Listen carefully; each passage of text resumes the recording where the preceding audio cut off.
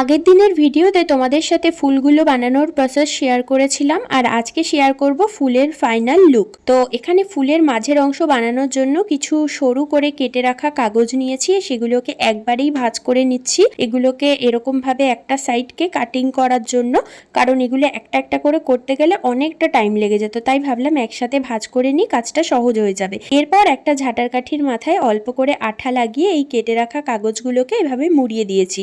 তো এইভাবেই আমার প্রত্যেকটা ফুলের মাঝের অংশটা তৈরি হয়ে গেছে। তারপর এগুলোকে নিয়ে আমি এক একটা ফুলের মধ্যে সেট করে দিয়েছি। এখানে আমার সব থেকে বড় ভুল হয়েছে ঝাঁটার কাঠি ইউজ করা, কারণ আমি যখন ফুলের স্টিকটা বানাতে গেছি ফাইনাল একদম, তখন এই ঝাঁটার কাঠিগুলো বেশ কয়েকটা ভেঙে গেছিল।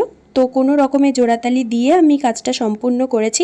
আর যেহেতু দেখতে খারাপ লাগছিল কাঠিগুলো, তাই এখানে পরে একটু গ্রিন কালার করে দিয়েছি, আর ফুলের মাঝের অংশটাই করে দিয়েছি হলুদ কালার। এটা আগে করে নিলে ভালো হতো, কারণ পরে না পাপড়িগুলোর মধ্যে লেগে যাচ্ছিল। তো যাই হোক, ফুলগুলো রেডি করার পর আমি এখানে পাতা রেডি করে নিচ্ছি। আর পাতা রেডি করার জন্য কিন্তু আমি এখানে একটা গ্রিন কালারের পেপার ইউজ করেছি।